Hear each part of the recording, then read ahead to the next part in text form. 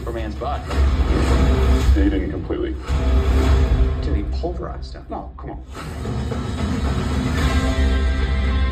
My parents sent me here to serve the people of Earth and to be a good man. That's my greatest strength. Buckle up. You brought that dog, man. Krypto, out, out. Stop it, stop. Son, you don't seem quite yourself. I'm not who I thought I was. Your choices. That's what makes you who you are. I couldn't be more proud of you. I love you, Bob.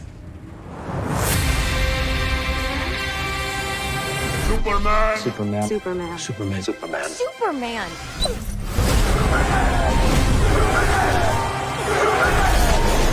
Superman in cinemas July 11.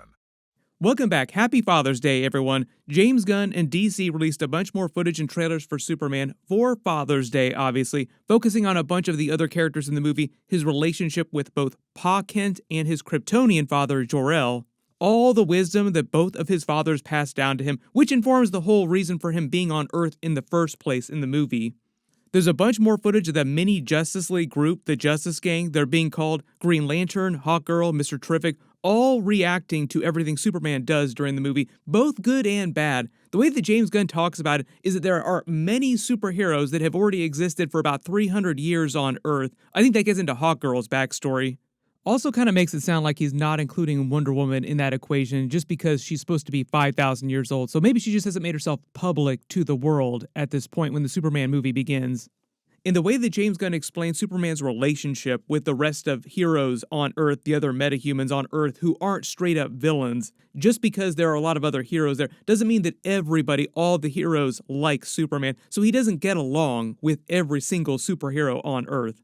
We actually see that a little bit in some of the trailer footage, like he actually goes up against Green Lantern, do something big, like he's challenging Superman with his Green Lantern ring, because the entire scene is just glowing green. Make a move, Big Blue. Even though he could probably go toe-to-toe with Superman for like a brief hot second, I do not think that it would end well for Guy Gardner in that situation. But we'll break it all down. There's a bunch of new footage here. We're also in the middle of that ticket giveaway for the movie. I'll name a few more winners during this video, but I'll keep it going through the movie actually coming out, so it'll be up for a while. All you have to do to enter is be a subscriber and let me know which other crossovers and Superman stories you want to see James Gunn do with him after this movie. Batman Brave and the Bold, you could have a cameo there, that brand new live-action Teen Titans movie they announced, or the new Wonder Woman movie that James Gunn also said that he started working on. We can talk more about that when the movie gets closer to actually coming out. It's still very early days right now. Like, there's a lot of the future of the DCU that's hinging on how this Superman movie does.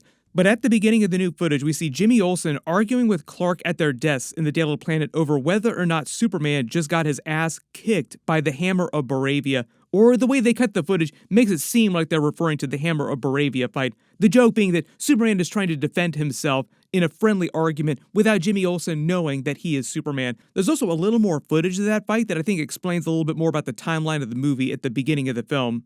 We hear the Hammer of Baravia actually shout Superman's name through that giant helmet that he's wearing, obscuring his voice. I've already talked about how the design, like the star, actually looks very much like the Nuclear Man during Superman 4: The Quest for Peace. And if you look at the other tie-in promos, I've said this in previous videos, they suggest that the Hammer of Baravia is the exact same power level as Superman with like a question mark. He has heat vision, super strength, he can fly just like Superman. So he probably is just Ultraman, the clone of Superman that Lex creates in a different suit that Lex puts him in earlier in the movie. And he's just using this vocoder, this voice modulator underneath his mask so you can't tell who's actually shouting at him. Also the idea, if you remember Superman 4: Quest for Peace, in that movie, Lex Luthor took Superman's DNA, and the Nuclear Man is basically just a clone of Superman that Lex creates. So I think it's just more hints about what's going on with this Ultraman character. Later in the movie, he's wearing the black suit, like we make all the Black Noir boys jokes. Who is also a secret Homelander clone during the Boys comic book, not on the TV show. The Boys TV show has done something different with the Black Noir character. But I think what they're trying to say is that this Hammer of Baravia fight scene is one of Lex Luthor's contingency plans after Superman stops the war in the Baravia foreign country. Supposedly Lex wants to take over the country for some reason. We actually see all the characters there later in the movie with all the LexCorp troops firing on them and Mr. Terrific saving Lois Lane. You see that funny scene of Green Lantern making a middle finger with his Green Lantern ring, taking out all those other troops. I think this is the first time we've actually seen somebody do that in a live-action movie. Green Lantern, middle finger with the ring. Feels very authentic to something that Guy Gardner would do with his powers. My actions, I stopped a war. And you remember that scene where you see Lois Lane grilling Superman for the interview about his actions in the foreign country. So she knows that Clark Kent is Superman. Like, it's a bit of a joke between them. They've been going out for a while. This is Superman year 3. Like, he's been active as Superman around the world for 3 years when the movie picks up. This interview scene between them is supposed to happen very early in the movie, meaning that he stops that foreign war in Baravia probably at the very beginning of the movie. So that probably is when Lex Luthor tries to turn to the Hammer of Baravia contingency and sets Ultraman to try and kill Superman, making it seem like it's just a retaliation from someone in the Baravia foreign country that does it, and Lex Luthor has nothing to do with him. One of the other jokes in the movie, too, I think, is that most of the big fights, the threats that Superman faces, even though they seem very different types of threats, Lex Luthor is behind all of them. Because, like, even this giant creature flying in the background in the sky that you see Green Lantern firing on, while Superman is in the apartment with Lois Lane, seemingly all burned up and just trying to deal with it. Superman kind of going through it this week. Supposedly that creature is just something else that Lex Luthor creates. Like, he creates the baby kaiju, he creates this white creature in front of him. He actually said he grew it in a petri dish, and they call him Mr. Handsome during the movie. So it's not a white Martian or anything like that. Just a creature that Lex Luthor creates in a petri dish. I think that's also to flow with the whole idea that he did the same thing with Superman's DNA, grew a Superman clone in a petri dish somehow got his hands on Superman's DNA so that he could do that. You actually see him later in the trailers with his mask off. Notice the long hair in the heat vision coming off of him. He looks kind of monstrous, too, underneath that mask, making a good case that he could turn into a version of Bizarro in James Gunn's DCU. Then there's some new voiceover of him explaining why he came to Earth in the first place. He says his parents sent him here to serve the people of Earth and be a good man. But I think the sly reference here, if you're a big Superman fan, you probably picked up on this, is that he's talking about both his Kryptonian parents and his human parents, Ma and Pa Kent.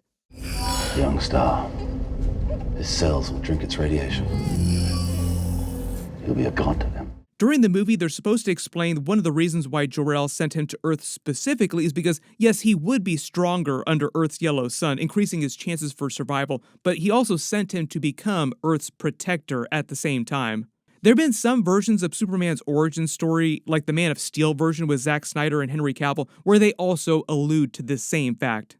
There's a brand new scene where he's in Lex Luthor's control room here that we've seen in all the previous trailers. Like, it's the exact same control room at Luthor Corp, it seems like. But it seems like it's coming after the scene where Lex says he's back, and then Lex Luthor probably spends a minute shouting at Superman why he hates him so much, why he thinks he's so terrible. And Superman basically shouts back at him why he's actually a good person and Lex Luthor is bad. Basically a scene where David Corenswet is explaining Superman to the audience and to Lex Luthor in the context of the movie. Why is Gamora? Why is Superman? James Gunn also kind of got into this during the recent interviews where he makes Lex Luthor sound like a very rich, very entitled man-child in why he does all the things he does to try and stop Superman, like why Lex Luthor hates Superman so much. This guy comes in and he thinks he's a jerk. He's just simple guy wearing a stupid costume, sees him as a threat to his livelihood and his legacy. He's a guy who's just built his whole life around the idea of legacy and ego that all of a sudden everybody loves and every woman loves, and all of the things that he cares about now are all going to him. Without coming right out and saying it, some of you probably picked up on this, it feels like he's making Lex Luthor in this movie kind of an Elon Musk parody type of character. Maybe not in a real literal kind of way, but there are a couple Elon Musk references that I've already spotted in the trailers, like he's drinking from a Space Lex mug, and I think that's meant to be an Elon Musk SpaceX joke. I also love the joke here moment too where he's like, I'm doing important stuff, like, quit lying down, and he absolutely hates Krypto. Like, you can't believe he brought that dog, man.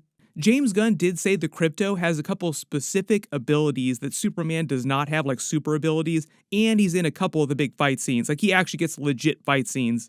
I think we've seen footage from both of them in the trailers separately. There's that scene of Krypto fighting the engineer inside the Fortress of Solitude earlier in the movie. He's powerful enough to harm her, and he hurts Superman a lot. Like, there's a lot of jokes with that too, because his teeth are strong enough to pierce Superman's skin. His claws can pierce Superman's skin. He can fly. He also has a super bark ability, which I think is just like a sonic cry that emits in the form of his bark, like it takes out a whole bunch of people area of effect. Krypto also rips the mask off of one of those raptors, allowing Superman to punch the dude in the face, knocking his teeth out, where you actually see them break the fourth wall and bounce off the front of the frame. Dude gets punched so hard that he breaks the fourth wall. I think that's actually the first time in a Superman movie that we've seen somebody break the fourth wall. Then he gets that very charged Father's Day specific type of scene, like they released this on Father's Day. Couldn't be more proud of you, son. Everything that everybody ever wants to hear from their fathers. When Krypto is dragging him into the Fortress of Solitude, now it seems like earlier in the movie to heal him, you actually hear Jor-El and Lara talking to each other in Kryptonian in the background, like there's a message playing inside the fortress. It sounds a lot like Bradley Cooper's voice, so I wouldn't be surprised if Bradley Cooper winds up being the DCU James Gunn version of Jor-El. We're not looking at you funny. You got anger issues. Mature yourself! Another big Guardians of the Galaxy actor being brought into universe because he is the voice of Rocket Raccoon in all the Guardians of the Galaxy movies in the Marvel Universe. There are a lot of longtime James Gunn collaborators that also just happen to be Guardians of the Galaxy character actors that show up in different places during this movie. Even Michael Rosenbaum, who's like a double Easter egg because he played a previous version of Lex Luthor on Smallville, and this version of Lex in the movie is inspired by his version of Lex, is also Martinex in the Guardians of the Galaxy movies because he's a longtime friend of James Gunn, so he just shows up in James Gunn movies. Said he also has a voiceover cameo that's like a brief moment in the movie, but you won't see his face on screen, so I think his voice is pretty identifiable. I think we'll be able to spot him pretty easily, like, oh, that's him speaking in the background there. So just keep your eyes and ears peeled when the movie comes out. But if there's any other Easter eggs or references that you spotted in the brand new trailer footage that I didn't talk about in the video, just write them below in the comments. And I'll do more Superman videos as we get more footage for the movie. We're also learning a lot more about the Green Lantern HBO series, the new Wonder Woman movie that he just announced, the new Teen Titans movie, the Batman stuff. So I'll do videos for that as we get more details. Everybody click here for that other real big Superman trailer, and click here for all my other DC videos recently. Thank you so much for watching, and I'll see you guys in the next one.